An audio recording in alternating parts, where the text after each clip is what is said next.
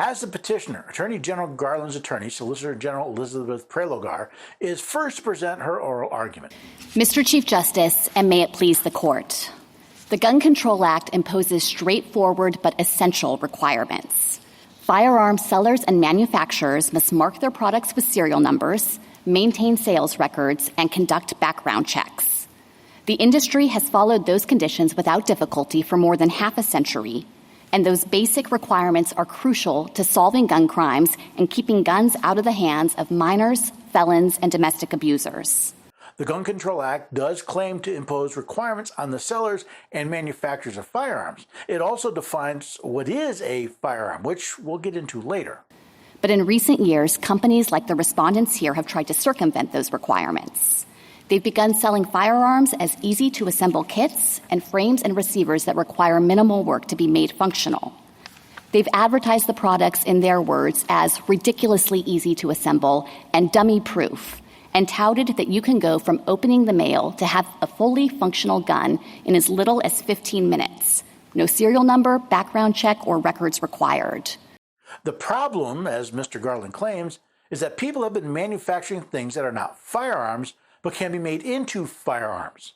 Since these products, at the time when they pass through interstate commerce, are not firearms, they do not have to meet the requirements established under the Gun Control Act. General Prelogar argues that even though these kits do not meet the definition of firearms in the law, they are dangerous and should be labeled firearms. Those untraceable guns are attractive to people who can't lawfully purchase them or who plan to use them in crimes. As a result, our nation has seen an explosion in crimes committed with ghost guns. While the news has been proliferating the idea that these privately made firearms, or PMFs, what General Prelogar refers to as ghost guns, are popular among criminals and their use in crimes have exploded, I've seen very little actual data to prove that.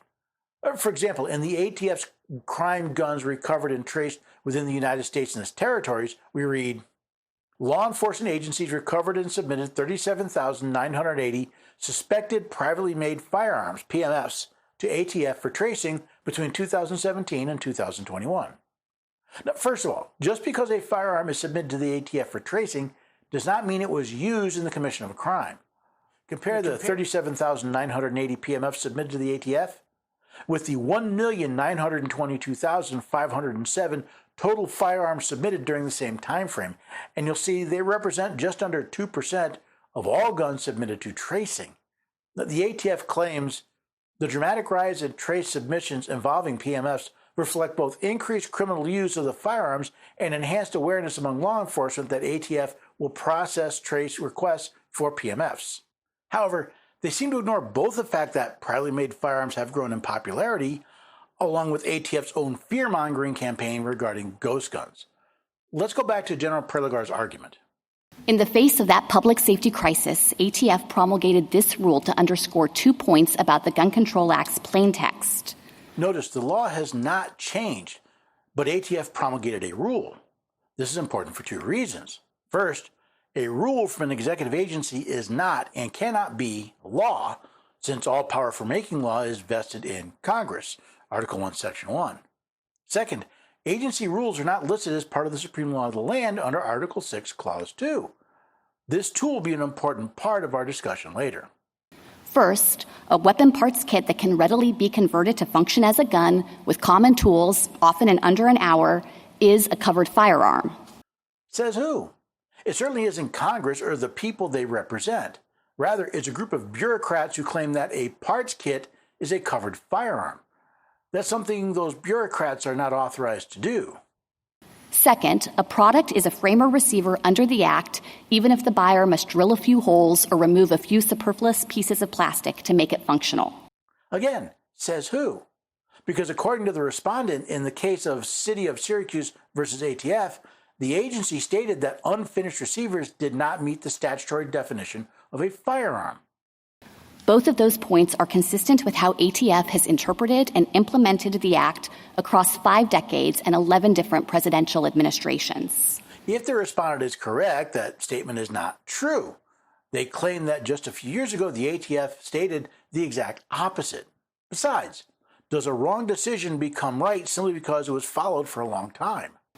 Respondents now seek a sea change in the Act's scope. They claim that if a firearm isn't 100% functional, if it's missing just one hole that could be drilled in seconds and immediately assembled into a working gun, that product can be sold to anyone online with no background check, no records, and no serial number. As we'll see in the respondents' oral arguments, they claim it's the ATF that's seeking a sea change in the scope of the Gun Control Act. That contradicts the Act's plain text, and it also contradicts common sense. This court should make clear that the Act regulates these products as what they are, firearms and frames and receivers of firearms. I welcome the court's questions. The Attorney General may believe that the respondent's position contradicts the plain text of the Act, but the plain text of the Act contradicts the Constitution of the United States. Now, before I sum this all up, let's look at the other side.